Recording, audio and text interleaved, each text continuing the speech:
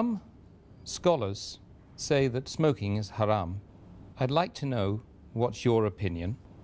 And does smoking invalidate the fast? As far as smoking is concerned, several years before, when science hadn't advanced that far, most of the scholars used to say that smoking is makruh. Based on the hadith of Muhammad sallallahu alaihi wasallam, which is mentioned in Sahih Bukhari, volume number 1, in the book of Adhan, hadith number 855, where the Prophet said that anyone who eats garlic or onion, they should stay away from us and stay away from the mosque. Prophet said that, don't come to the mosque after having garlic or onion because there's bad breath. When you are smoking, the breath is worse than onion or garlic.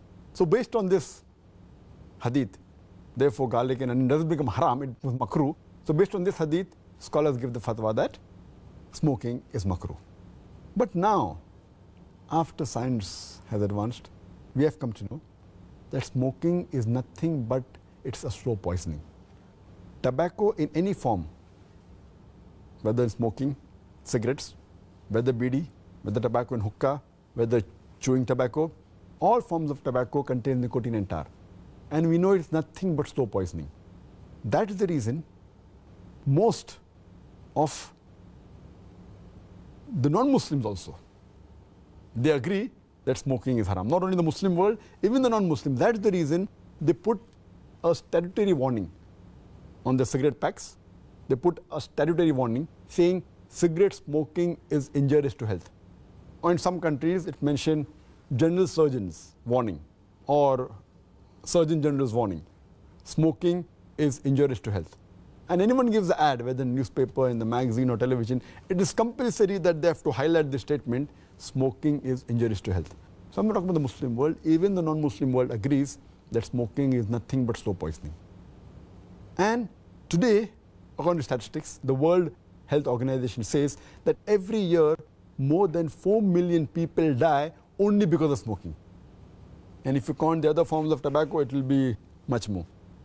And today medical science tells us, and even I had learned when I was doing my medicine in the medical college, that more than 90% of the lung cancer deaths are only due to smoking, whether cigarette or bidi or whatever it is. 25% of the cardiovascular deaths are only because of smoking. 70 to 75% of bronchitis and related deaths are only because of smoking. Smoking is nothing but slow poisoning.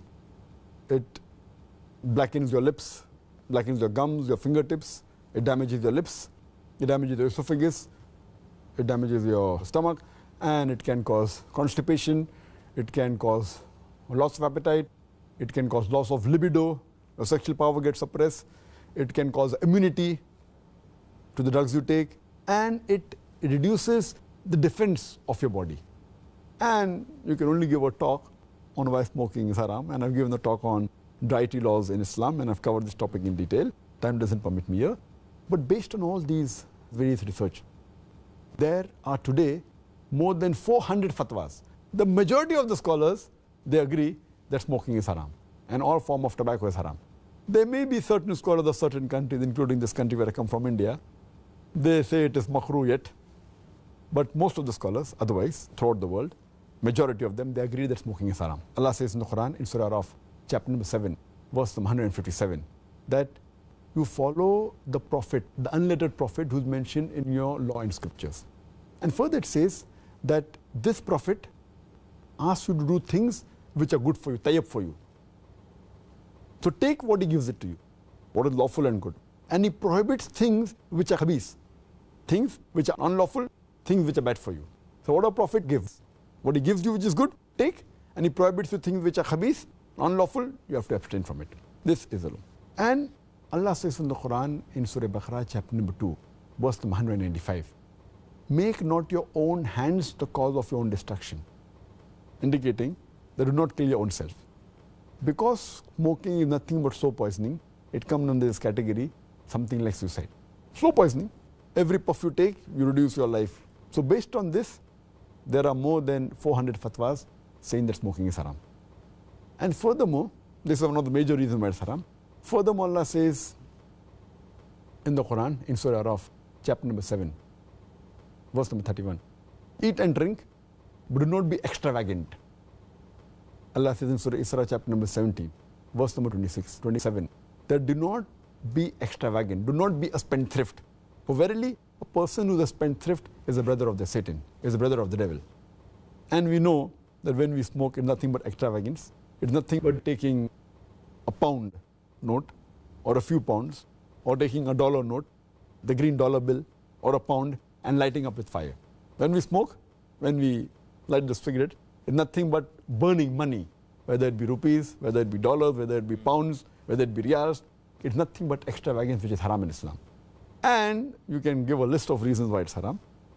But just to cut it short, one more reason, that you cannot harm your own neighbor. You cannot harm your own brother.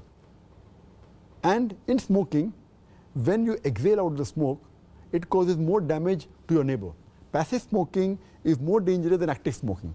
When the person who smokes, when he exhales out, if the person who's a neighbor inhales the smoke, it causes more damage to him than the person who smokes. That's the reason many countries like Singapore, etc., they've banned smoking in public places. In your personal house, you can do it. In public places, in government places, smoking has been banned. So based on this, it's haram. So smoking is haram.